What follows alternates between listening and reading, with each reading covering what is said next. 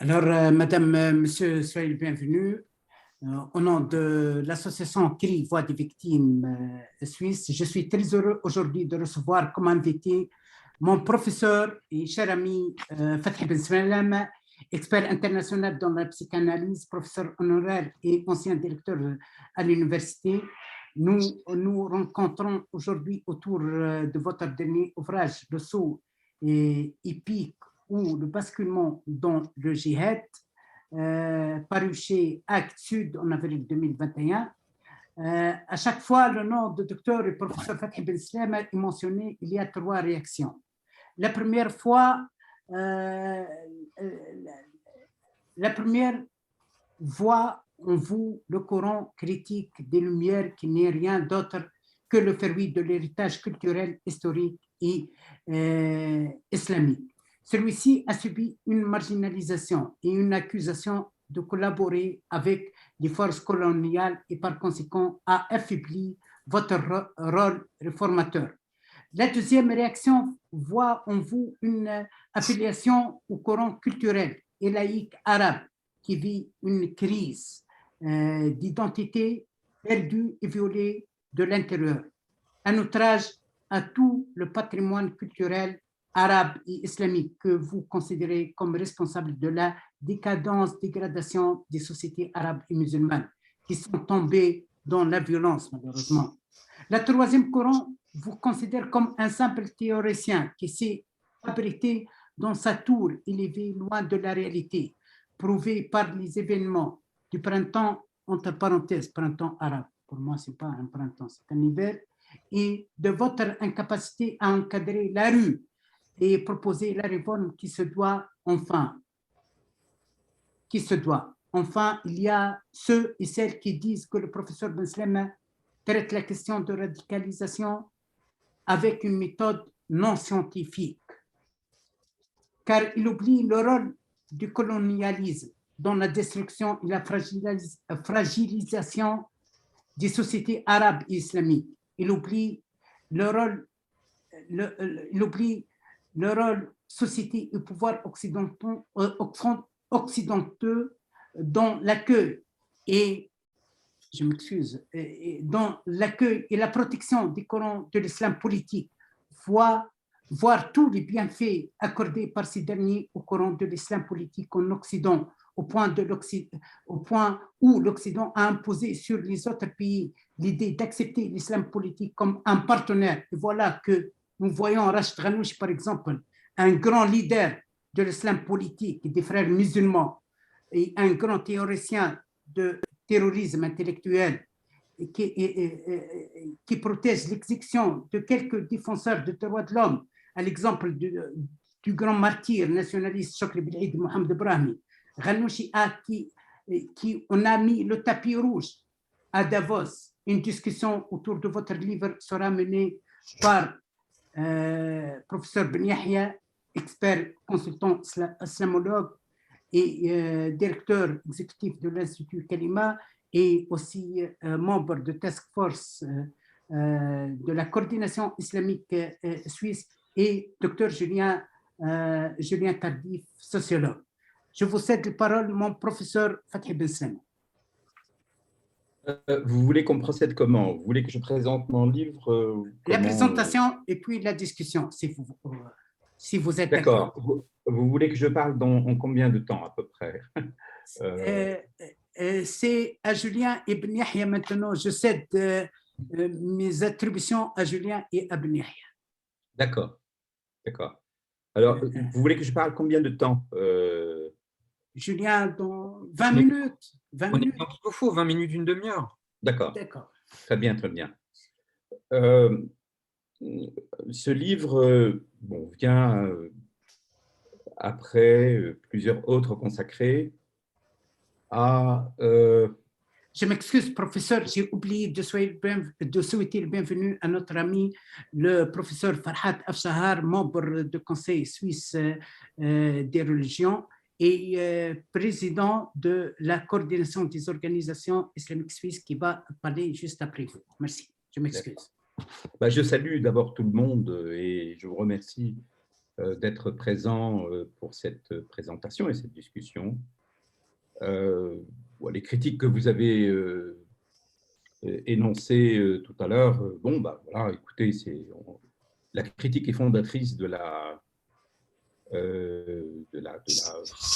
modernité, et donc à partir du moment où quelqu'un écrit ou tient une parole publique est nécessairement l'objet de critiques, et donc ces critiques seront voilà, tout à fait dans l'ordre du débat normal, qu'elles soient favorables ou défavorables. Voilà, c'est quelque chose que, en général, j'accueille avec beaucoup d'attention quand c'est vraiment fondé, non pas sur des considérations générales, mais sur la discussion voilà, du travail, euh, de ce qu'on écrit, de ce qu'on dit. Je reviens donc pour ce livre. Bah, c'est un livre qui vient à la suite de plusieurs autres livres. Je peux dire même qu'au fond, j'ai passé, sans que ce soit vraiment prévu, tout mon temps de recherche au problème, je ne dirais pas de l'islam, mais des musulmans aujourd'hui. Et je précise ça d'une manière vraiment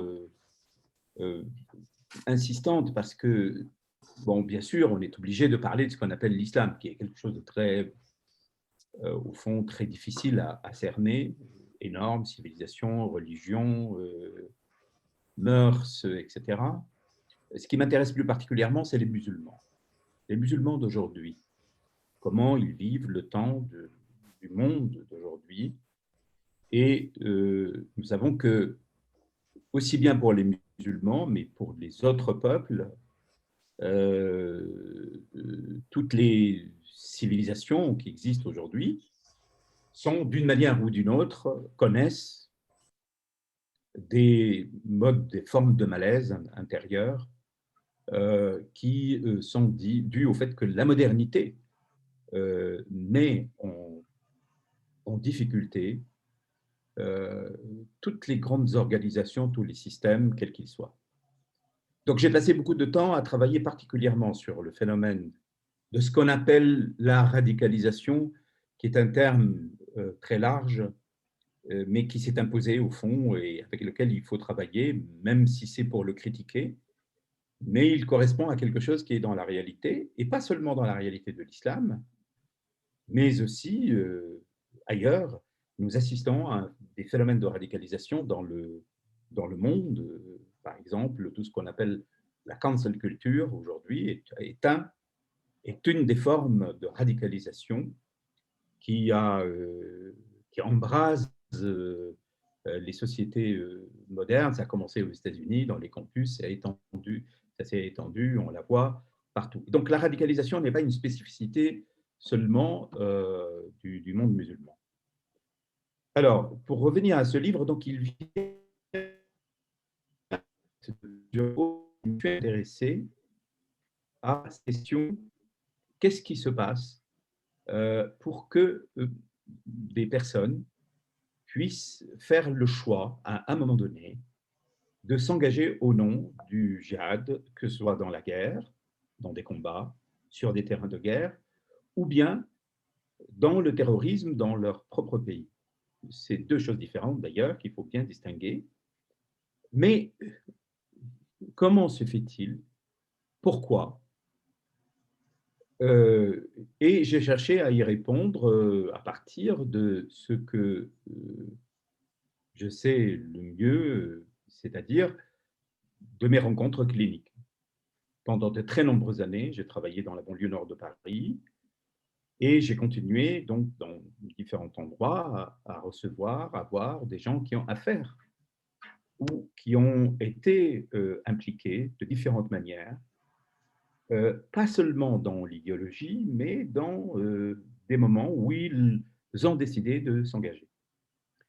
Et dans le précédent livre qui s'appelait Un furieux désir de sacrifice, le sur-musulman, je me suis intéressé particulièrement aux jeunes qui sont très nombreux, qui choisissent d'adopter le mode de radicalisation de l'idéologie du djihad, qui sont les 2 tiers en gros entre 13 et 25 ans. Cette fois-ci, il y avait un problème qui était toujours resté lancinant, qui est le suivant. Quel est vraiment le ressort psychique qui conduit quelqu'un à un moment donné de décider de devenir un combattant? Un combattant sur un terrain de guerre ou aussi, comme je l'ai dit, dans son propre pays. Cette question est une question lancinante pour moi depuis de très nombreuses années. J'ai rencontré beaucoup de cas, beaucoup de situations. J'ai travaillé sur des dossiers de personnes qui ont été jugées. J'ai pu avoir accès à cela. J'ai supervisé des personnes qui ont travaillé avec, que ce soit en prison ou dans des institutions, de personnes qui sont allées ou ont voulu aller faire le djihad. Et cette question, donc, quel est le ressort? À quel moment? Comment? Pourquoi quelqu'un, à un moment donné, fait ce choix? C'est la question de ce livre. Et je dis ressort psychique, ça veut dire que j'essaie d'essayer de voir quel est exactement l'événement ou la série d'événements internes qui font que quelqu'un décide, dit j'y vais. Et je suis décidé à y aller. Voilà, c'est la question de ce livre.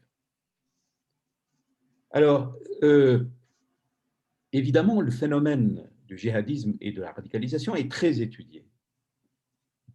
Beaucoup étudié. Peut-être il n'y a pas un phénomène aussi étudié, un phénomène de partisans, de combattants, aussi étudié que ceux qui sont liés à l'islamisme. Étudié par la sociologie, par les sciences politiques, sur toutes les coutures, il y a des très grandes études d'une très grande qualité. Les psys, que ce soit des psychiatres ou des psychologues, sont venus tardivement sur ce champ-là, très très tard. Très tard, c'est-à-dire à partir au fond des attentats de 2015 en France, en Europe, et c'est là qu'ils ont commencé à regarder, parce que les différents gouvernements appelaient et leur demandaient de regarder. Mais l'ensemble de la littérature là, sur ce sujet est d'ordre dans les sciences sociales et dans les sciences politiques. Or, ce que je constate et ce que nous pouvons constater, il y a 2 questions que j'ai appelées dans ce livre le chaînon manquant. La première, c'est justement celle-là. Quel est le rapport entre des idées extrémistes ou extrêmes et l'acte? Et cette question, c'est une question importante. Pourquoi? Parce que c'est la question de la cause. Ce qu'on nous présente très souvent, c'est de dire, voilà, il y a un rapport de cause à effet entre idéologie et les actes. Or, ceci est tout à fait contestable. Il est contestable parce que tous les gens qui ont ou qui professent des idéologies extrémistes ne passent pas à l'acte, heureusement pour nous.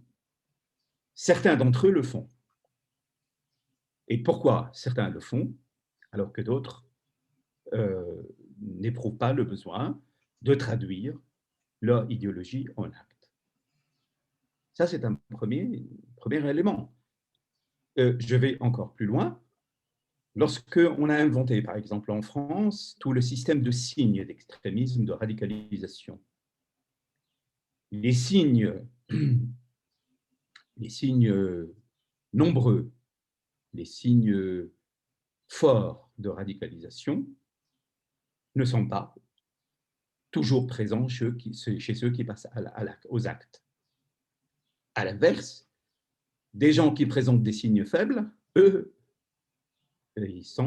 certains d'entre eux, en effet, commettent des actes de terrorisme ou veulent aller combattre. Et ils vont combattre. Et parfois, il n'y a même pas de signe du tout. Autrement dit que le rapport de causalité, de corrélation entre l'idéologie extrémiste et les actes ne tient pas la route. C'est-à-dire, il n'est pas systématique. On ne peut pas parler d'une corrélation, d'un rapport de causalité. Ce qui ne veut pas dire que ces idéologies n'ont pas un effet délétère, ne produisent pas des effets dans la société, ne provoquent pas de la haine, etc. Ça, ce n'est pas le problème. Mon problème, moi, c'est comment se fait-il que des gens qui apparemment ne présentent pas de signes de radicalisation idéologique très forte, même lorsque, une fois qu'ils ont commis des actes, tout ça, on voit que ce n'est pas ça qui les a mis, qui les a amenés à le faire. Ça, c'est un premier élément qui fait que la relation causale est problématique, très problématique, et on peut dire que aujourd'hui, la plupart par exemple, des travaux comme ceux, par exemple, de Keppel, se fondent sur l'importance de l'idéologie de l'islamisme pour dire que voilà, la guerre civile est à nos portes. Demain, on va avoir en France la guerre civile avec les islamistes. Vous voyez, c'est ce type de corrélation qui, aujourd'hui, est le fait de beaucoup de gens qui travaillent sur ça. Deuxième élément, la relation entre l'engagement dans le combat et les conditions sociales, ou sociales et familiales. Là aussi, la causalité ne fonctionne pas tout le temps. Nous avons des gens qui n'appartiennent pas. Vous savez qu'on a affirmé souvent que les gens qui s'engagent dans le djihadisme sont de conditions sociales modestes, sinon défavorables, de familles qui sont des familles qui vont mal, qui viennent des banlieues, etc. C'est vrai pour certains, mais nous avons tout le contraire. Nous avons aussi des gens qui appartiennent à des classes aisées et qui manifestement ne sont pas de familles où il y a de très grands problèmes qui, l'un et l'autre, existent. Mais ce n'est pas une relation causale. La condition socio-économique n'est pas causale dans l'engagement dans la radicalisation islamiste. Donc, deuxième, c'est ça le chaînon manquant, c'est que ces causalités invoquées souvent ne tiennent pas la route. Autre élément très important, on dit, par exemple, chez les femmes, vous savez qu'il y a beaucoup de femmes qui sont parties, par exemple, dans le territoire de l'État islamique, la plupart appartiennent à la classe moyenne. En France, en tout cas, la plupart, qui sont de la classe moyenne, vivent dans un milieu pavillonnaire. Donc là aussi, ça ne peut pas, la relation causale ne tient pas. Bon. Beaucoup, ce qu'on constate dans ces données sociales, c'est qu'il y a une surreprésentation des délinquants. C'est vrai, il y a des délinquants plus nombreux, et ils sont plus nombreux notamment lorsqu'il y a des actes de violence. Mais tous les délinquants ne le deviennent pas, ne deviennent pas des djihadistes, heureusement, parce qu'on serait là dans une situation extrêmement grave. Je raconte cette anecdote. En 2017, je rencontre le ministre de l'Intérieur en Italie. On discute. Je lui dis, mais pourquoi est-ce que vous n'avez pas beaucoup d'attentats Bon, il me dit, voilà, l'Italie n'est pas un pays qui a une histoire coloniale, mais je vais vous dire, il a dit ça en riant, la mafia tient le terrain.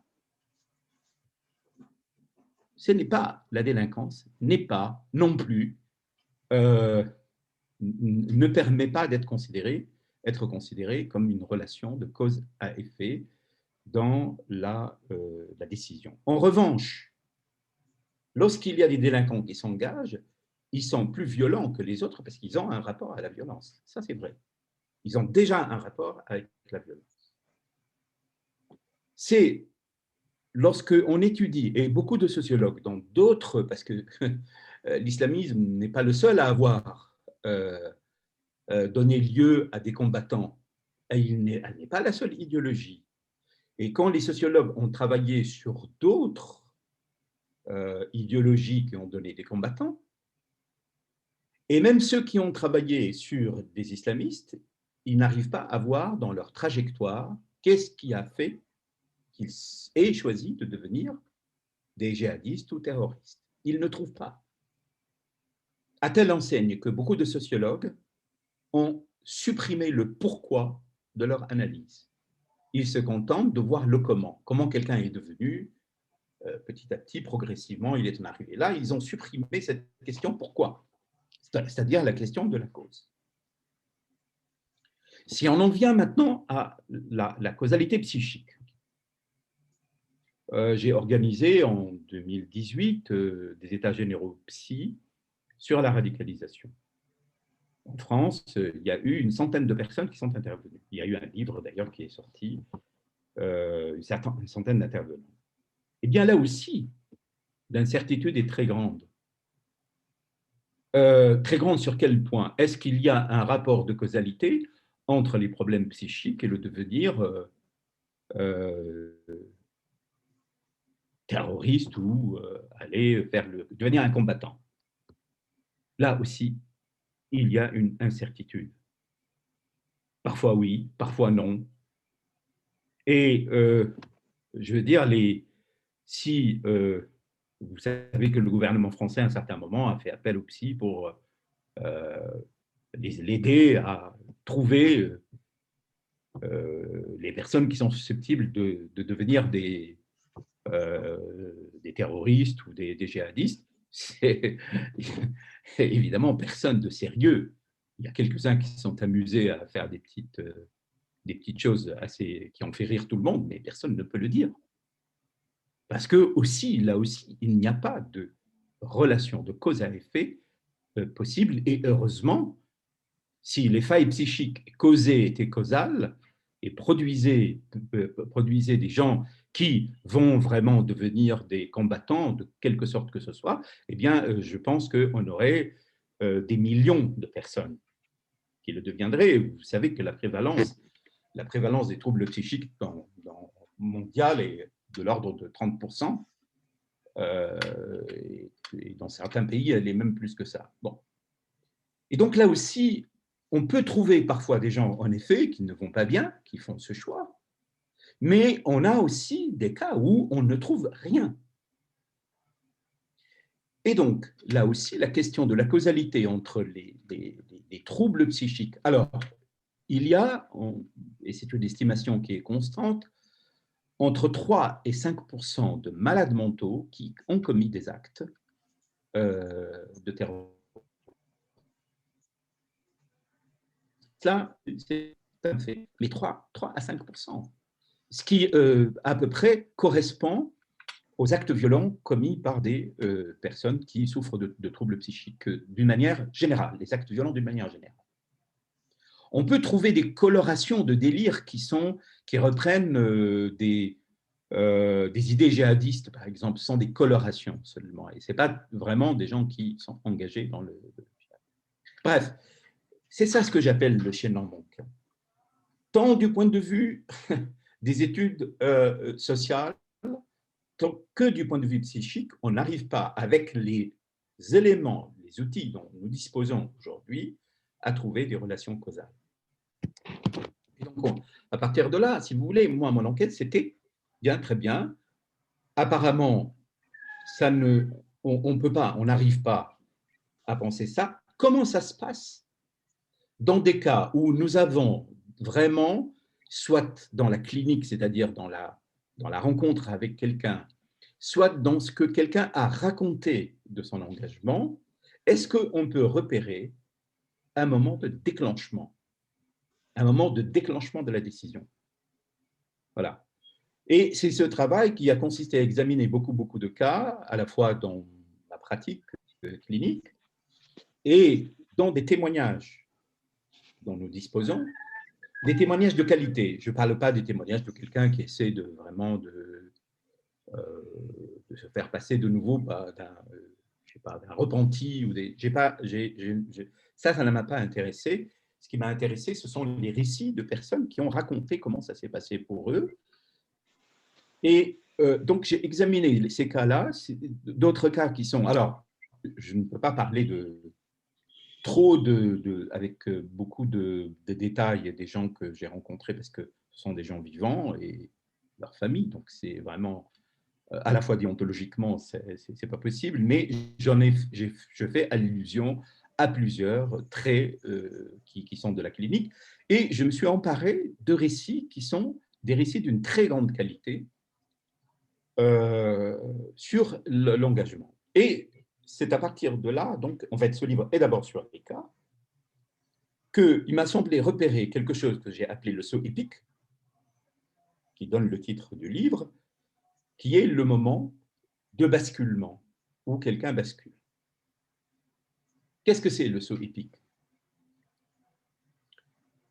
Eh bien, c'est que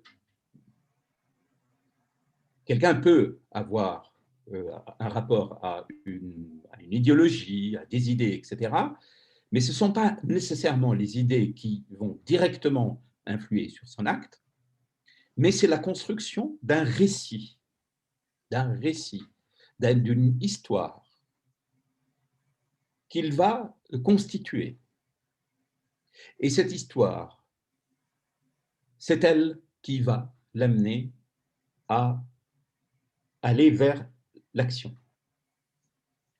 Et donc, c'est ça, la dimension épique. Épique, c'est épos, ça se réfère à l'épopée. Dans cette histoire, il y a une dimension qui rappelle l'épopée dont on peut donner une définition classique, qui est ce lien entre le récit et l'action en même temps. C'est un récit qui devient action, c'est une action qui est inspirée par un récit. Et que donc, c'est non pas l'idéologie, les idées, etc., comme on dit très souvent, l'idéologie politique islamiste, ça ne veut pas dire qu'elle n'existe pas, elle existe, mais c'est la puissance du récit qui, à un moment donné, déclenche un mouvement très fort qui amène quelqu'un à s'engager. C'est ça le saut épique, c'est la construction d'une épopée personnelle, ou d'une petite épopée, je reprends là un terme de Victor Hugo, d'une petite épopée. Évidemment, cette petite épopée, elle est faite parfois de briques et de brocs, prises ici et là. Il y a des éléments de l'idéologie, mais il y a des éléments de l'histoire du sujet lui-même. Il construit quelque chose qui a un pouvoir d'enchantement sur lui, qui va le transformer petit à petit en un héros d'un récit, d'abord dans un récit.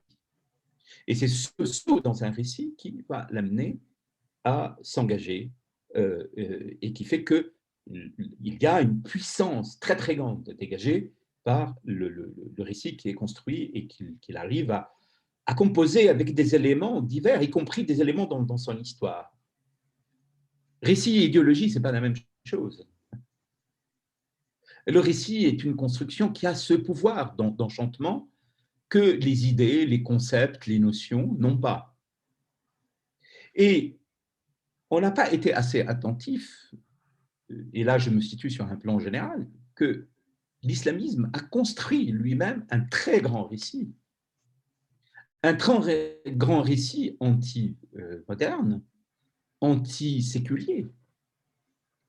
Et que si les mouvements séculiers dans le monde musulman ont eu à un certain moment un très grand récit, ben ce récit n'a pas tenu la route et il a été vaincu par le récit islamiste. Alors, je reviens dans les autres chapitres, après je suis revenu sur cette question du récit islamiste, etc. Mais pour rester au niveau individuel, Donc, j'attribue au fait que quelqu'un construit ce récit qui lui donne une force que j'appelle propulsive, c'est-à-dire qui lui permet de s'engager au-delà.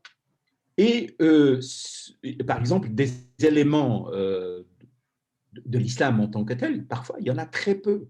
Il y a très peu de choses, parfois. Parfois, ce sont des gens qui ont des petites bribes, certains même certains juges d'instruction disaient qu'ils étaient étonnés de voir l'ignorance dans laquelle se trouvaient ces gens qui allaient combattre pour l'islam, de l'islam lui-même. Mais ils n'ont pas besoin. Justement, construire un récit, on n'a pas besoin de concepts d'exactitude, de dogmes, etc. Contrairement à ce qu'on dit, construire un récit, ben, c'est une autre affaire. Et c'est pour ça qu'on ne voit pas, enfin, d'une certaine manière, aujourd'hui, on cherche du côté de l'idéologie, alors que ce n'est l'idéologie, ce n'est pas elle. Alors, il y a les grands idéologues, évidemment, de l'islamisme, on les connaît, c'est une vieille histoire maintenant, et ça existe, mais ce n'est pas ça qui a un effet. Ce ne sont pas les concepts, les théories qui ont effet, parce que dans un récit, il y a quelque chose. Premièrement, il y a du sens, il y a de l'enchantement, il y a du corps dans un récit, il y a quelque chose qui est au plus proche du corps. Et c'est ça que j'ai repéré dans plusieurs cas que j'ai essayé d'exposer dans ce livre. En fait, je ne sais pas ce qu'on peut faire avec ça. Et je me fous d'ailleurs de ce qu'on peut faire pour le moment, ce qu'on peut faire avec ça. La seule chose, c'est que je fais cette constatation. Eh bien, l'efficience d'un engagement réside dans le fait de cette dimension épique qui est construite par quelqu'un à travers un récit qui va avoir un effet propulsif. Voilà, je résumais d'une manière globale, disons, le point central du livre. Après, il y a d'autres points où j'essaie de montrer chaque fois comment l'importance du récit, y compris par exemple dans la Révolution tunisienne, je montre comment il y a eu un récit qui était faux d'ailleurs, qui était mensonger, le récit de Bouazizi par exemple. Un récit n'a pas besoin d'être vrai, c'est un récit, raconte quelque chose. Les récits de Bouazizi, comme vous le savez, sur Bouazizi, n'étaient pas vrais, on le sait maintenant. Mais c'est le fait que ce récit, à un moment donné, un récit épique, héroïque, a existé, qui a fait bouger des masses, qui a ému les gens, qui les a amenés à passer à ce qui a donné lieu ensuite à la Révolution. Voilà, je pense que j'ai respecté le temps un peu de été donné. Je suis prêt à en discuter avec vous.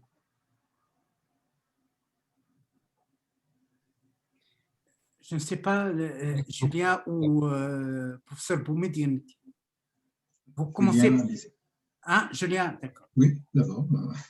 Oui, j'ai deux réactions déjà que j'avais préparées en travaillant votre livre aujourd'hui, cher professeur. Déjà, je suis ravi de vous revoir. Comme je vous avais dit, on s'est croisés à Marseille aux rencontres Averroès, je crois en 2017, sur la notion de faille, faille historique, et puis je pense aussi psychologique, puisqu'il devait y avoir, je ne me souviens plus qui y avait à votre table ronde, mais je crois que c'était sur cette dimension multifactorielle. Et voilà, donc j'ai vraiment été très stimulé par l'ouvrage. Donc, de ma place, je suis sociologue, hein, donc je ne vais pas aborder les aspects théologiques, hein, je laisserai ça à mon collègue Boumediene Benyaya. Mais moi, ce qui m'a vraiment stimulé dans cette notion, c'est que j'ai eu moi-même à produire beaucoup de travaux pour la protection judiciaire de la jeunesse, puisque j'ai travaillé. Mon dernier poste, c'était d'être référent radicalisation, promotion de la citoyenneté à la PJJ pendant 3 ans. Donc, je pense que vous connaissez bien ces réformes des institutions étatiques françaises post-attentat de 2015, où on a créé des référents un peu dans toutes les administrations. Et j'ai vraiment trouvé et eu plaisir à travailler dans la justice des mineurs française parce qu'on avait un réseau extrêmement pertinent. Mais la dernière production qu'on m'a demandé de faire, c'est clairement, en effet, un document synthétique sur les signaux faibles. Et qu'est-ce que j'ai fait? J'ai répondu à la commande, c'était au mois d'août, et je suis parti un peu défait en me disant, 3 ans après, 3 ans après, ben voilà, je rends une commande institutionnelle et j'ai l'impression que mon passage dans l'institution n'a pas servi à grand-chose et que 5 ans après les attentats, on en est toujours au même point dans les administrations françaises. Et en effet, on avait à mettre des codes couleurs. Enfin, j'ai pris cette liberté où bon, par exemple, des choses aussi ubuesques que de dire qu'à partir du moment où il manipule des armes, c'est qu'il est déjà en zone rouge, quoi. Enfin bon, des choses qui nous servent vraiment, vraiment pas beaucoup, ou parce qu'il a simplement une pratique culturelle ou cultuelle de se rapprocher de littérature en islam, qu'il ne fallait pas s'affoler plus que ça pour rassurer les éducateurs que ce n'était pas un signe en soi. Bon, une fois qu'on a dit ça, on n'a pas dit grand-chose. Et moi, ce qui m'intéresse dans cette notion de saut épique, c'est le rapport à la prédictibilité que vous abordez dans votre ouvrage de manière tout à fait intéressante. Et ça remet vraiment du travail pour nous, les approches assez compartimentées, disciplinaires à la Durkheim, hein, en sociologie française, contrairement à la sociologie allemande très himmelienne qui n'aurait pas cette faiblesse de compartimenter les sciences sociales ou qui le ferait avec, je pense, plus d'intelligence que certaines approches dites trop disciplinaires françaises. Cette notion de saut épique m'intéresse parce que justement, elle met un gros signal sur ce que peut les sciences sociales pour les approches de sûreté publique, qui est justement de ne pas être des sciences prédictives.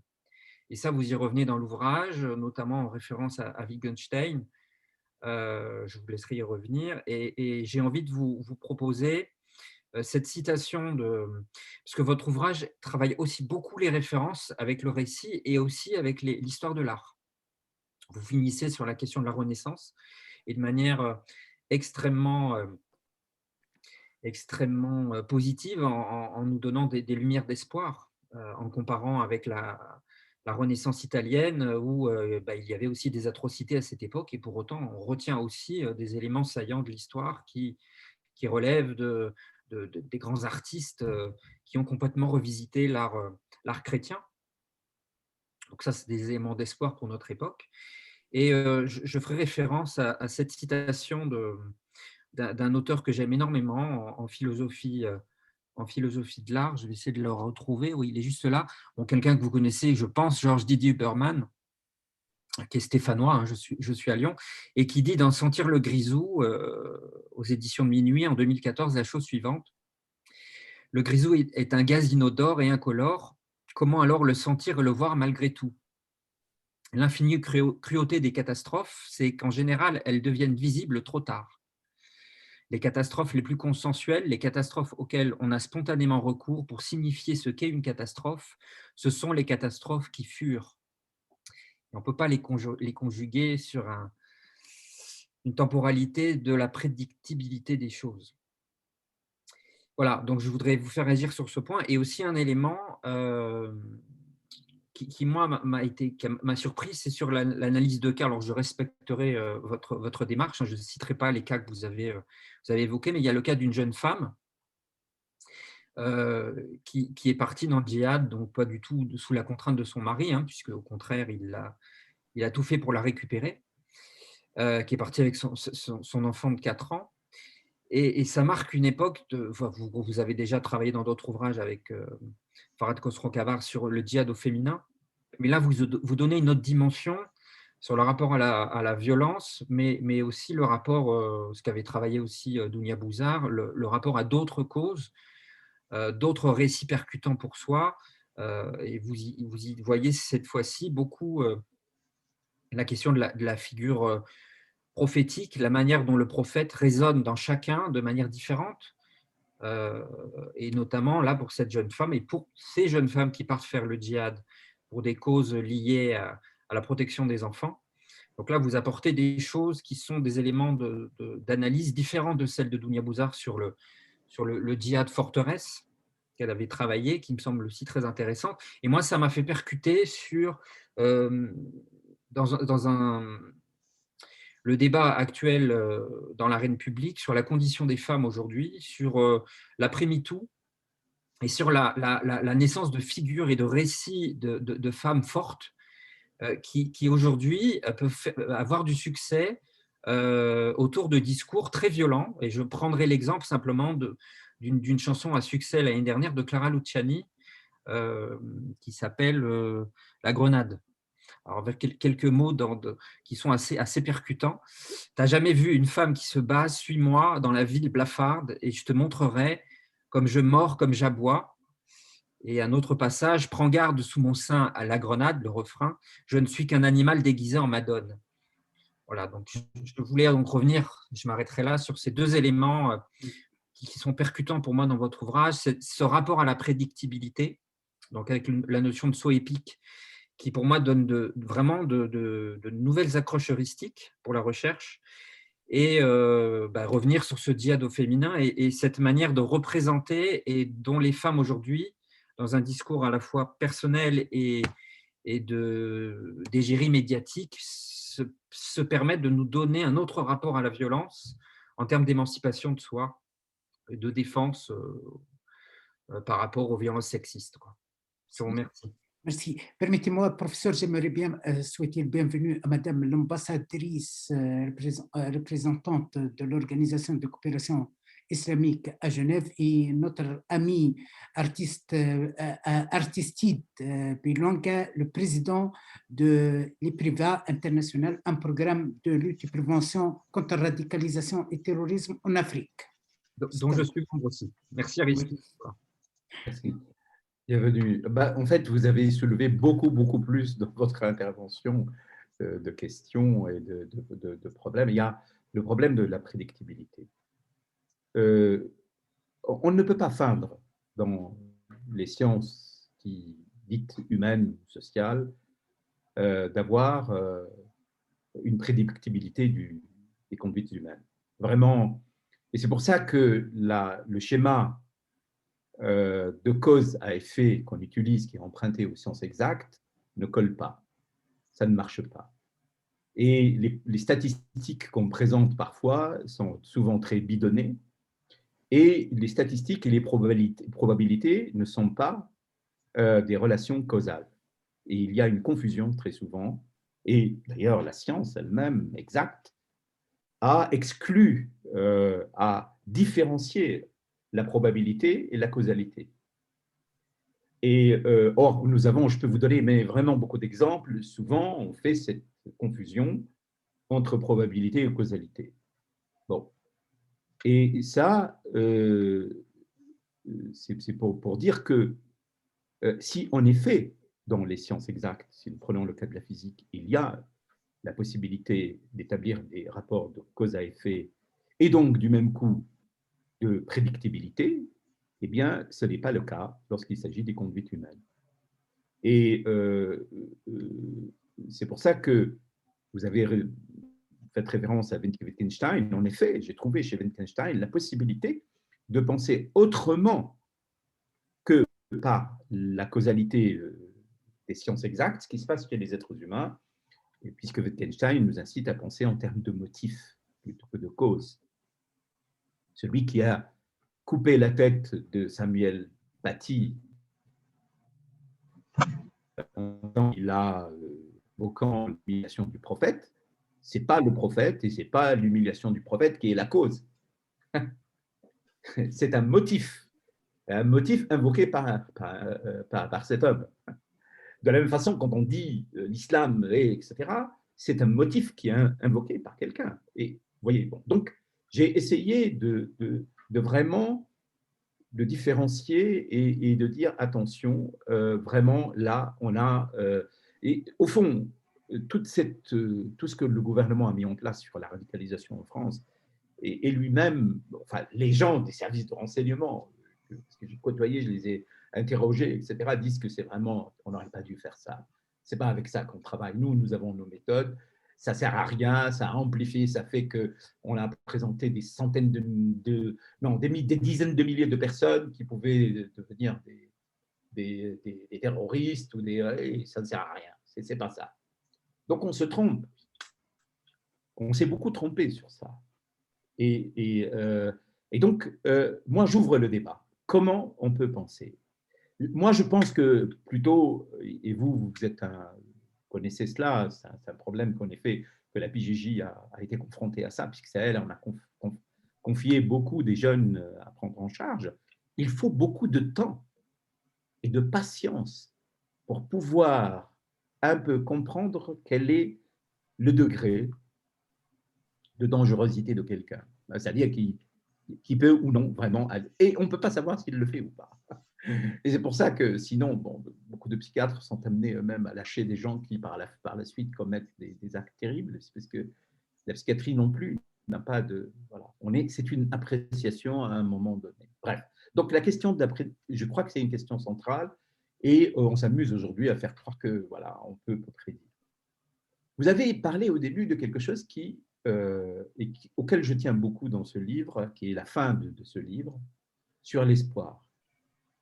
En effet, je me suis aperçu tout à coup un jour, en visitant des musées à Florence, qu'en fait, dans le monde musulman, l'idéologie islamiste et la violence nous a empêchés de voir qu'il y a un grand mouvement de renaissance dans le monde musulman. Je parle bien de renaissance.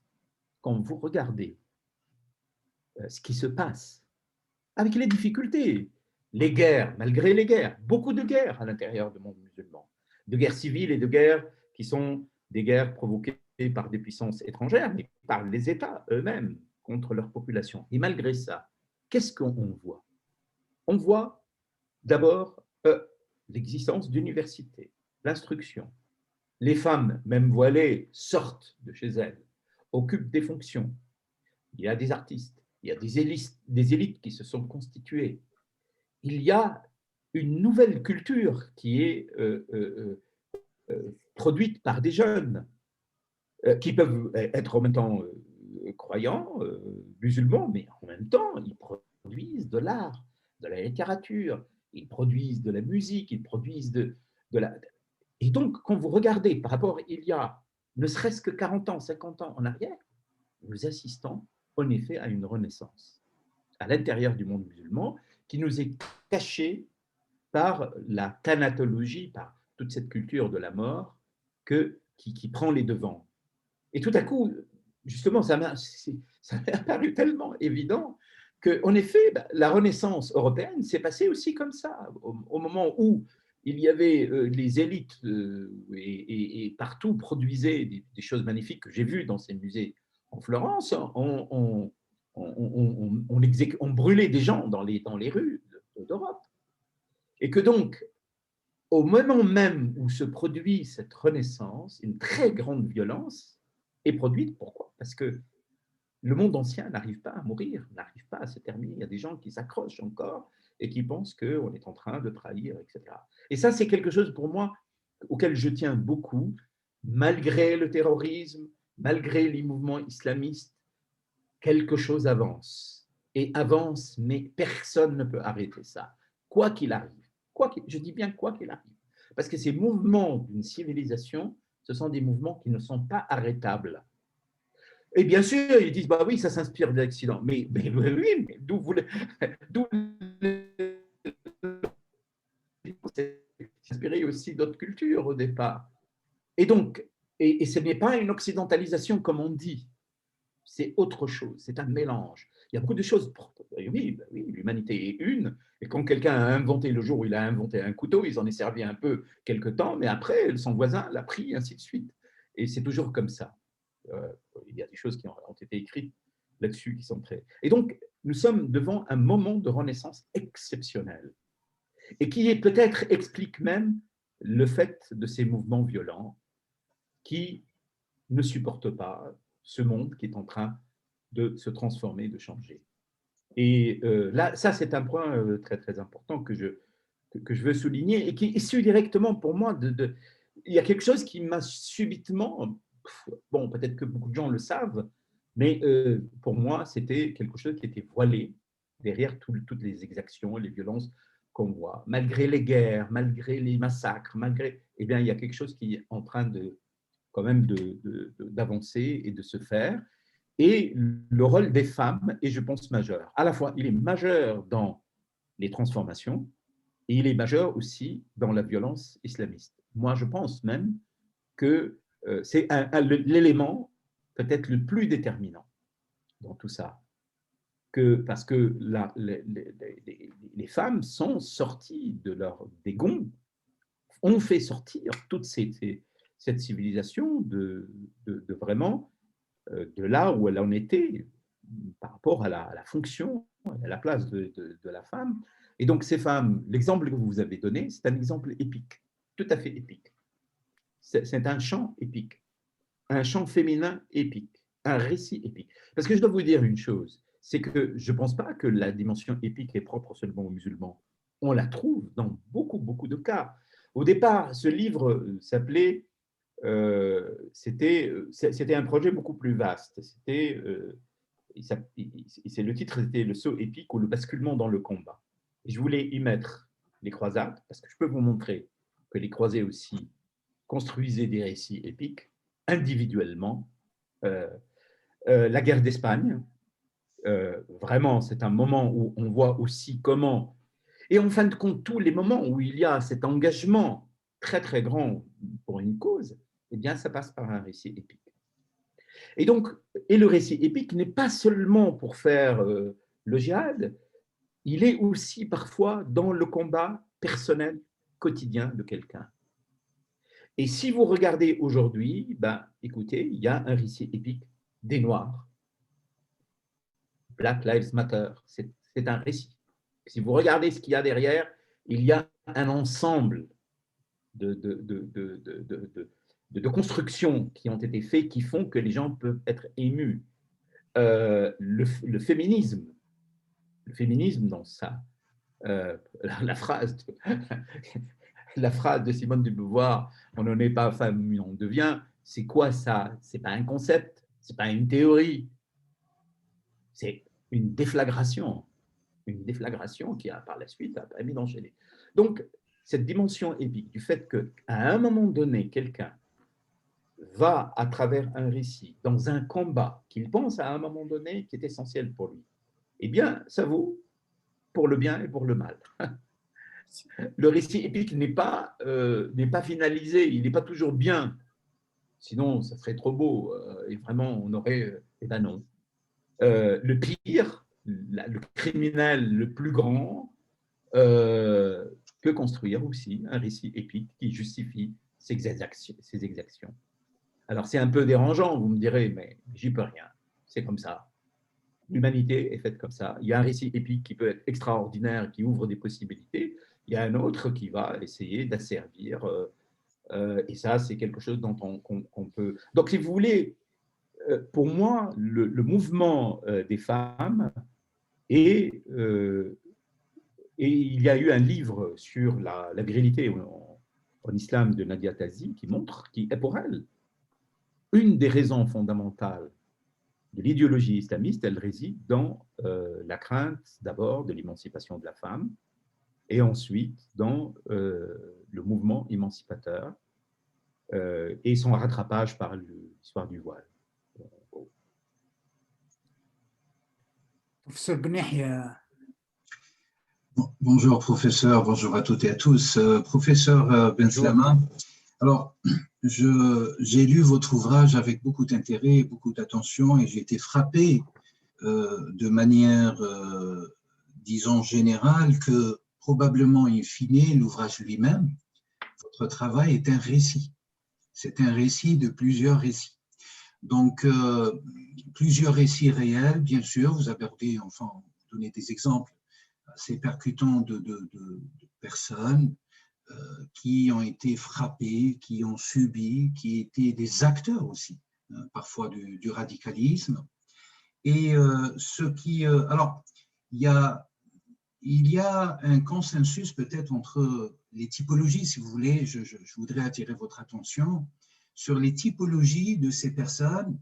Vous trouvez, vous avez réussi à mon avis à l'exprimer, à le démontrer quelque part, qu'il y a des points communs, mais à la fois, et le point commun entre tous ces personnes, c'est ce saut épique. Alors d'où la question sur l'épopée, vous l'aviez expliqué étymologiquement même, l'épopée ou le saut épique qui renvoie quelque part cette transposition par l'arabe, parce que vous aviez évoqué à un certain moment aussi l'exégèse, si vous voulez, ou l'étymologie arabe, de lahama, malhama.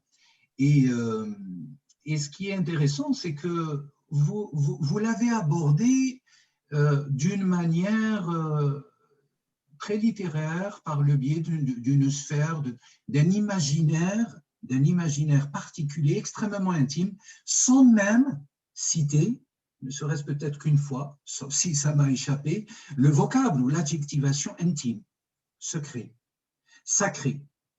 D'où ce terme de la sacralité qui nous renvoie à cette problématique peut-être chez ces personnes, et c'est pour ça je vous renvoie, si vous voulez, cette question, cette interrogation autour de ce moment de basculement tel que vous le décrivez, ce moment de basculement.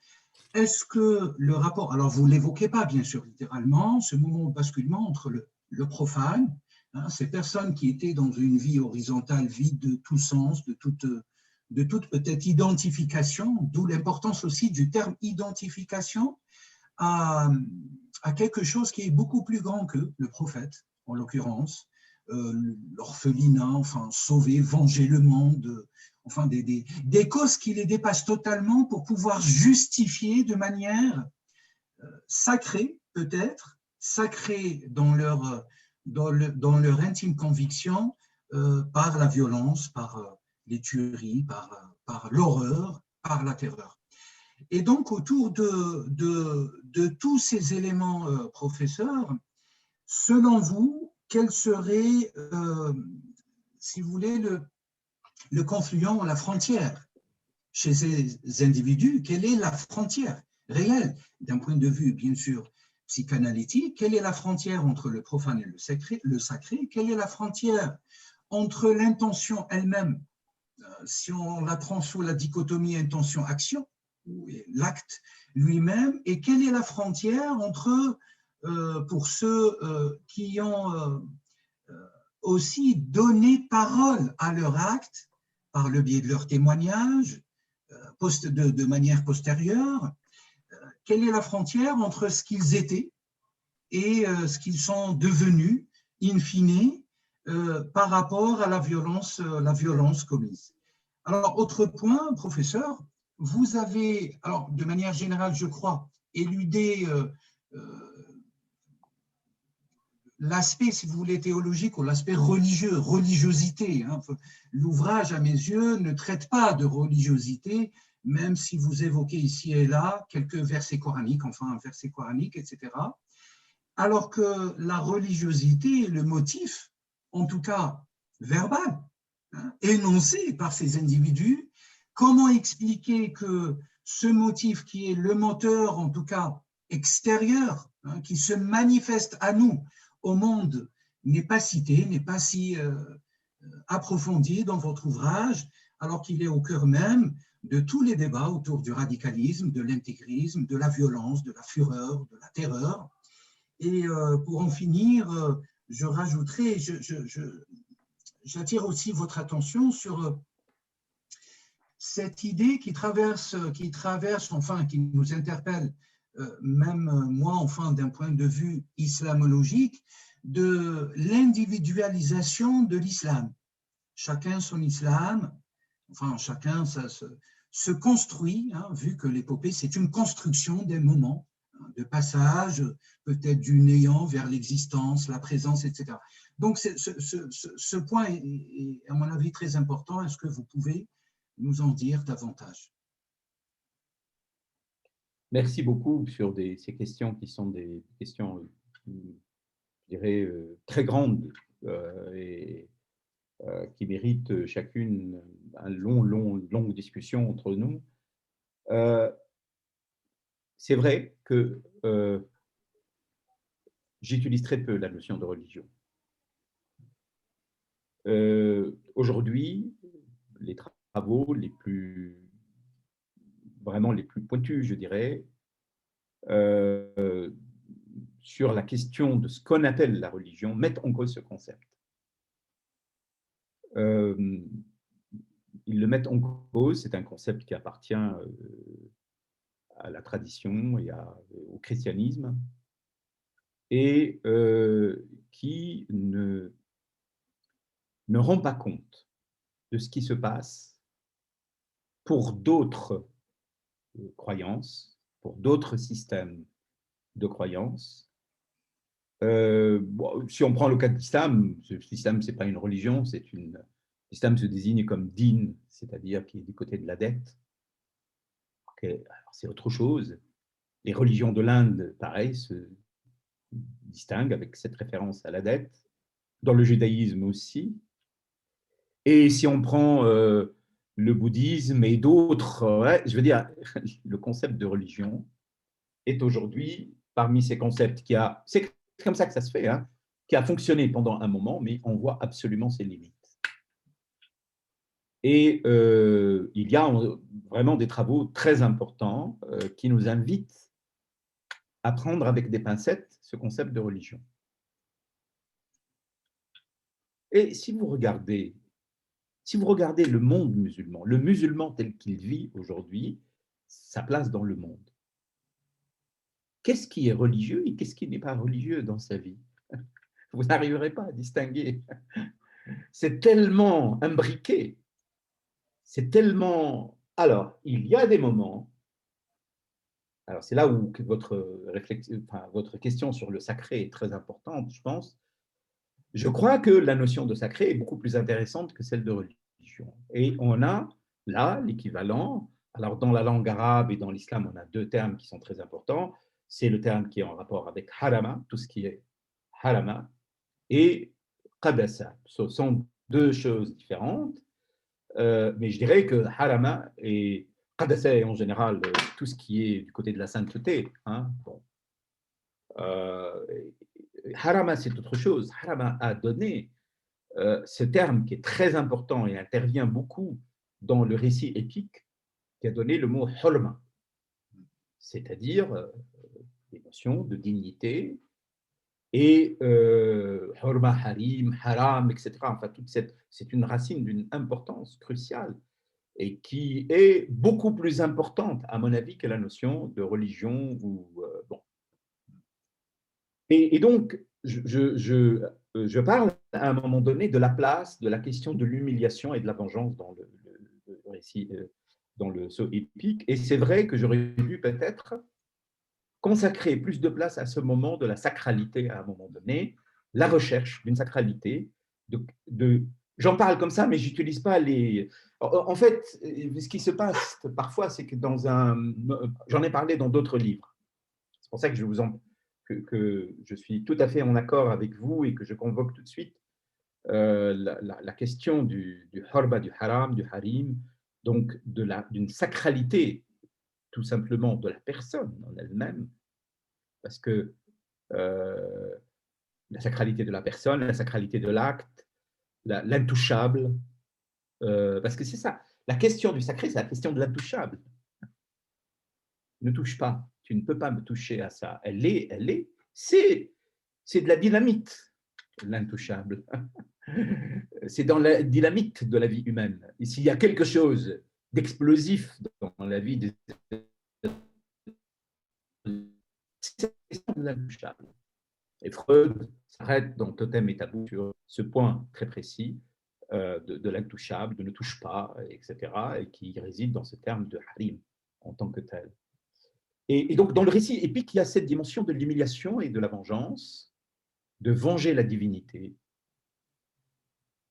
Et bon, on sait que c'est ça qui a été le motif invoqué, par exemple, pour les attentats contre Charlie Hebdo, le massacre a été commis, c'était au nom de venger le prophète.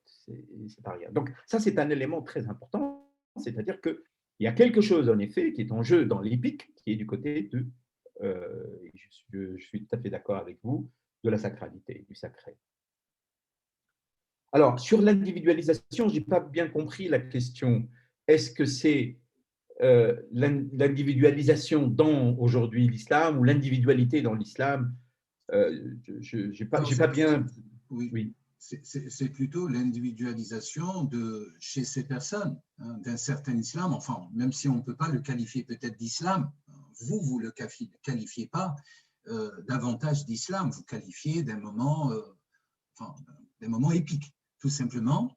Et est-ce que pour eux, enfin, dans vos travaux, vos analyses, votre suivi de ces dossiers qui sont, je l'avoue, qui sont d'une subtilité quelque part même déroutante parfois, mais très très lucide, est-ce que pour eux, c'est quelque chose qu'on s'approprie et qui est en relation, en corroboration avec le sacré.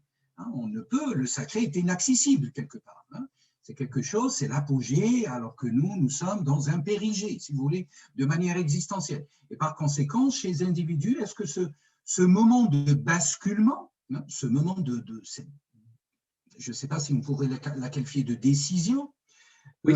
Et qui relève, au passage, j'incruste une autre petite remarque, l'absence aussi de cette notion de responsabilité de ces personnes, tout au long de votre ouvrage. Est-ce qu'ils sont Alors, je sais que vous faites la constatation avec tous les... Vous éclatez en réalité le fourmilière pour qu'on puisse voir ce qu'il y a à l'intérieur, mais vous la mettez à découvert, mais est-ce qu'il n'y a pas aussi peut-être a posteriori ce travail sur la question de la responsabilité aux dépens des uns et des autres, aux dépens même de leur imaginaire prophétique, divin ou autre. Alors ça, ce point est essentiel. Je dirais que même le point sous-jacent central de mon livre. Parce que qu'est-ce que je montre? Je montre, on ne peut pas dire « Ah, c'est l'idéologie qui fait ça ». On ne peut pas dire c'est la condition sociale qui fait ça. On ne peut pas dire que c'est les problèmes psychiques de la personne qui fait ça. Non, c'est quelqu'un qui fait un choix à un moment donné en construisant un récit qu'il va faire. Pourquoi il fait ce récit? Ah ben, chaque fois, on peut regarder pourquoi. Il y en a un parce que sa mère a été une prostituée et que construisant ce récit, ben, il permet d'une certaine manière une sorte de repentir, une sorte de purification. Un autre, c'est une autre raison, c'est-à-dire ils viennent construire ce récit pour traiter un problème. Et donc c'est eux qui sont responsables. Ce n'est ni les conditions sociales, ni les conditions psychiques, tout ce qu'on a mené jusqu'à là comme cause, eh bien tout ça, c'est vu d'en haut, en fin de compte, et ne permet pas de rendre compte du fait qu'il y a une responsabilité individuelle chaque fois personnelle. Donc là-dessus, en fait, c'est une des choses que pour moi, que j'essaie d'exploser, c'est cette histoire des déterminants psychosociaux. C'est une vue de Sirius, d'en haut, en disant, alors quand on voit comment ça se passe pour quelqu'un, eh bien, il fait à un moment donné un choix, en partie conscient, en partie inconscient, mais il fait un choix. Il fait un choix pour devenir un tueur. Il fait un choix, et ce choix, et il le fait, il devient un tueur. Parfois, pas comme on le croit en général, parce que les choses sont blanches ou noires, ben, les choses sont grises, très souvent dans la réalité humaine. C'est-à-dire qu'il devient un tueur parce qu'il a envie d'assouvir ses pulsions de tueur. Il se pense à ce moment-là qu'il est autorisé par Dieu, et donc il assouvit ses pulsions. Et d'un autre côté, ben, participer à un combat historique pour faire prévaloir quelque chose qui serait un idéal de l'islam. Et ça peut être les deux. Et bien voilà, c'est ça le problème. C'est que ce n'est pas tranché. Et les conduites humaines ne sont pas tranchées. Elles peuvent être un mélange de choses les plus ignobles et des choses qui paraissent hautes. Et même ces choses hautes et idéales servent à cacher ou à dérober les choses ignobles. Et donc, si vous voulez, ce à quoi moi j'invite en tout cas, c'est de ne pas considérer qu'il y a vraiment une sorte de formule. On dit qu'il n'y a pas de profil, bah ça va de soi qu'il n'y a pas de profil. On a de toutes sortes de personnes, ça va de soi. Mais de ne pas penser qu'il y a une formule quelconque qui réside, que ce soit dans la psychologie, dans l'idéologie. Ça ne veut pas dire que l'idéologie de l'islamisme n'est pas une idéologie nocive qui retarde ces sociétés, qui provoque ça, j'en suis convaincu, et elle est un effet de l'histoire. un effet de l'histoire. Parfois, ce sont des gens qui sont sincères, qui portent ça en pensant vraiment servir justement quelque chose qui serait plus élevé, etc. Vous avez des choses étonnantes là-dedans. Par exemple, vous avez, dans le cas que je crois, vous faites allusion à ce que… non, ce n'est pas vous. Je crois que c'est vous, oui. Le cas de Kaziki, qui est un témoignage public. Elle veut mourir et elle ne veut pas mourir en même temps. C'est pas très clair toujours. Parfois, ils veulent mourir pour ne pas mourir. C'est étonnant.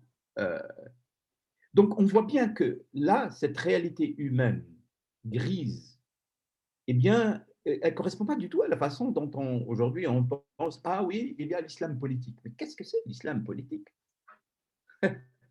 Qu'est-ce que c'est cet islam? Est-ce que c'est vraiment celui dont parle Keppel, des théoriciens, etc., qui tout à coup ont fait 800 pages pour… ils ont appliqué, tout le monde des marchés, mais ça ne marche pas comme ça, enfin.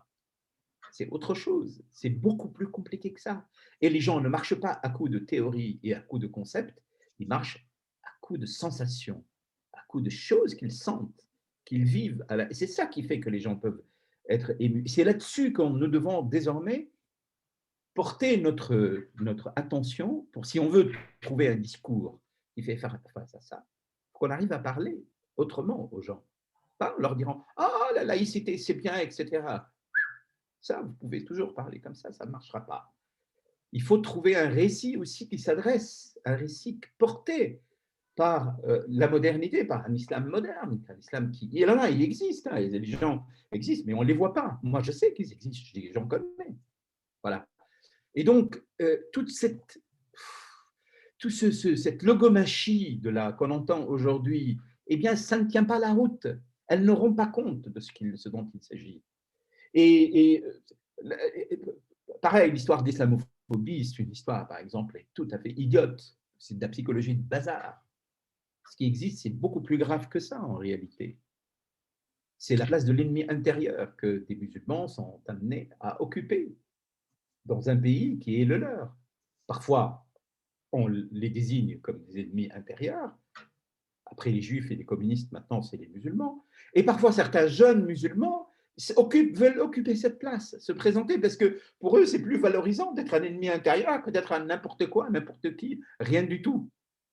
Et donc, c'est ça, le vrai concept politique de ce qui se passe aujourd'hui, ce n'est pas l'islamophobie, c'est l'ennemi intérieur. Et si on ne fait pas attention à ça, parce que c'est valorisant d'être un ennemi intérieur plutôt que rien, ça fait peur. Et quand je fais peur, je suis respecté. Je crois être respecté, mais je pense être respecté parce que je peux être démoli aussi très, très, très vite et je peux me trouver dans un engrenage, en effet, qui va amener très loin. Donc voilà, en fait, j'essaie aussi, je ne le dis pas comme ça, hein, c'est le débat entre nous qui m'amène à dire ça, c'est une invitation à ne pas croire que voilà, les théories et les concepts sont opérants dans la réalité humaine. Voilà. Et essayer de regarder cette réalité humaine, comment elle fonctionne. Je ne sais pas, il nous reste 5 minutes, Julien. S'il y a quelqu'un qui souhaite poser une question, ou on passe parole Dr Afshahar, le président de la coordination des organisations islamiques suisses. C'est à vous, docteur. Heureuse, cher professeur, d'avoir entendu votre analyse scientifique. Votre perspective est très importante pour comprendre le problème. Avec votre permission, j'ai une petite question simple. Qu'arrive-t-il mentalement à des jeunes gens qui sont normalement gentils et sympathiques pour qu'ils développent un tel potentiel d'agression et d'autodestruction? Oui. Ça, c'était la question que j'ai traitée dans le livre précédent. En effet, ils sont gentils et très gentils en apparence. Ils sont vraiment gentils avec leurs parents. Ils montent, quand il y a une vieille dame, ils vont l'aider à monter les escaliers, etc. Mais à l'intérieur d'eux-mêmes, ils sont perdus. Ils sont dans ce moment qui est caractéristique du moment qu'on appelle adolescence et qui, en fait, aujourd'hui, l'adolescence, c'est entre 13 et 26 ans. Vous savez, c'est plus l'adolescence d'avant. Le moment de l'entrée dans l'adolescence commence de plus en plus tôt et finit de plus en plus tard. Et c'est le cas dans toute l'humanité. Et dans ce moment, il se passe quelque chose de très difficile pour un jeune. C'est un moment où tous les idéaux de l'enfance sont effondrés. Il ne peut plus croire à toutes les histoires de l'enfance. Il cherche à construire, à adopter de nouveaux idéaux, qui sont des idéaux plus sociaux, qui sont en rapport avec la communauté humaine. Et certains adolescents peuvent se trouver dans ce moment-là dans une situation de vide. Les idéaux de l'enfance sont terminés et ils n'arrivent pas à embrayer sur de nouveaux idéaux. Et donc, ces jeunes peuvent être ouverts à une offre d'idéaux qui peuvent venir de toutes parts. Ça peut être le scoutisme, ça peut être devenir actif dans un parti politique, ça peut être devenir être militant dans une organisation humanitaire, mais s'il fait la rencontre d'un récit du type que nous voyons de radicalisation, il peut aussi l'adopter parce que tout à coup, ça prend sens pour lui. Sa vie n'est plus rien. C'est souvent, c'est ça, ces jeunes en apparence, ils sont gentils et tout, mais à l'intérieur d'eux-mêmes, ils se confrontent à un vide ou aussi à une bousculade de sens, d'un sens à profusion, et que, voilà, il y a quelqu'un qui leur propose de mettre un ordre là-dedans. Et ils sont preneurs à ce moment-là. Et on ne s'en aperçoit pas.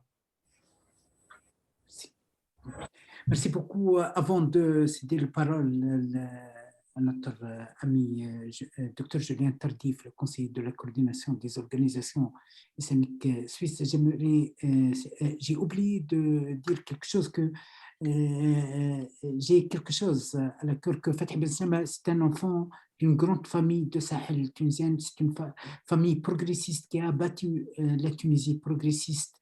On se souvient du grand ministre de Culture, Bachir Ben Slama, qui a fondé pour une culture démocratique, décentralisée. On se souvient de ces camions de cinéma, Sidi Fathi, je m'excuse, c'est une appellation de respect à la tunisienne, et qui monte dans les montagnes, dans les campagnes, etc. J'aimerais bien dire que Fatih Ben Slama, c'est un fils d'une famille nationaliste qui a battu la Tunisie progressiste, la Tunisie moderne, mais malheureusement maintenant la Tunisie est menacée, par des mercenaires qui exploitent et qui manipulent la région pour des fins politiques. Dernièrement, en Suisse, on vient de découvrir ce scandale de l'imam radicalisé qui a prêché dans des structures soutenues par la Confédération du canton de Vaud. C'est scandaleux d'inviter ces gens. Je pense que le ministère public doit agir aussi. Il y a un pouvoir, il y a un fonctionnement juridique et judiciaire qui doit fonctionner. Pour nous, on continue, Julien, vous m'aidez dans le cadre de la coordination des organisations suisses à travailler malgré les attaques subies par le professeur Farhat Afshahar, par ces mercenaires de pétrodollars, ces mercenaires de la manipulation politique des islams. On continue à travailler dans le cadre de lutte et prévention de radicalisation. C'est à toi, Julien, de terminer. Merci beaucoup, Abdeljalil. Juste pour dire que la coordination islamique a pu procurer à partir du mardi, Ben Yahya, des exemplaires de livres de professeur Boumediene. On va distribuer ça pour les centres affiliés, etc., pour la formation. Merci beaucoup pour le professeur Ben Slama qui m'a mis en contact avec l'éditeur. Oui, c'est à toi, Julien. Merci, Abdeljalil. Je souhaitais aussi rappeler que, tu te souviens, la dernière fois de notre réunion du 21 avril, la grande avocate Dominique Attias, elle aussi a tenu à rappeler sa double culture avec la Tunisie et qu'elle était très, très intéressée, émue d'être avec nous pour ce pont entre les deux rives et la Méditerranée qui est toujours important. Et je pense que j'espère pouvoir continuer les discussions avec vous, professeur Benslama, sur l'importance de solutions qui ne sont pas enfermées dans les États-nations pour lutter contre toutes les violences de haine. Ça me semble absolument essentiel. Moi, ça fait 10 ans que je travaille sur des coopérations avec la Méditerranée pour que les gamins, on puisse leur proposer, en effet, non pas des contre-discours ou des contre-pratiques, mais leur construire avec eux, dans une logique de contenance, un récit partagé pour que ça puisse leur ouvrir des nouvelles voies et notamment ne pas se construire en victime par rapport à cette figure de l'autre, tout ce qu'il y a autour de leur culture et de leur culte, qui puissent en faire une force positive et lumineuse dans l'amour de leurs proches et de leurs prochains. Voilà, c'est un peu l'horizon de travail qu'on a maintenant depuis 10 ans avec les institutions françaises, mais on a besoin en effet que les institutions et la société civile soient appuyées par des coopérations internationales, aussi dans les logiques de prévention. C'était l'objet de mon propos en février dernier. Voilà, on se retrouve mercredi prochain, mercredi soir à 18h, pour le travail autour de la notion d'intégration des musulmans, justement, défis et stratégies. Donc, évidemment, au sein des pays européens que nous représentons ce soir et dans les différentes soirées qui nous réunissent. Merci encore, professeur. Merci à vous. Merci à vous. Avant de terminer, Julien, j'aimerais bien céder la parole au professeur Boumediene parce qu'on va initier prochainement, des cellules d'écoute et médiation au sein des centres islamiques affiliés à la coordination des organisations islamiques suisses. Professeur Boumediene, en quelques mots. Oui. À partir du 15 juin. Sur Lausanne, Genève, on commence. Oui, alors, la réflexion a été menée depuis plusieurs semaines, voire plusieurs mois. Et donc, c'est une amorce véritable d'ateliers et d'accompagnement, de médiation et de travail concret avec les jeunes. À partir du 15 juin, des cellules notamment alors, dans plusieurs régions, bien sûr, plusieurs cantons, des ateliers d'accompagnement à la fois spirituel, des ateliers… Alors, justement, tout l'aspect spirituel qu'on n'a pas pu aborder avec le professeur Benslama et que je regrette quelque part. Enfin, je voulais peut-être, on pourra approfondir cet aspect pour les prochaines rencontres. Donc, ce sont des ateliers d'accompagnement spirituel qui ont vocation, une visée, une finalité, si vous voulez, concrète par rapport aux questions qui tournent autour de la religiosité. Hein, je reprends le terme de la religiosité, le religionnisme, la religion, la spiritualité vivante concernant le travail de contre-radicalisation. Il y a aussi, je crois, de manière substantielle et essentielle, beaucoup de choses à apporter. Ce ne sont que des outils qu'on mettra en place pour les jeunes, pour pouvoir les accompagner. Prévention, la finalité suprême, c'est la prévention d'abord, et puis la lutte contre la radicalisation, la violence, l'extrémisme, le fanatisme, même si les termes ont tendance à s'éclipser, si vous voulez, dans le débat public. Et puis, médiation, qui est aussi un support, médiation, expertise, conseil, etc., etc. Donc, à partir du 15 juin prochain, vous êtes tous les bienvenus, les bonnes volontés, et nous comptons sur tous nos confrères. Voilà, vous êtes tous les bienvenus. On espère prochainement avoir l'honneur de recevoir le professeur Benslama en présentiel pour qu'on profite, parce que c'est un homme qui haït la négation. C'est un homme qui donne son négation. Merci beaucoup, mon professeur et cher ami, professeur Benslama. Mille merci.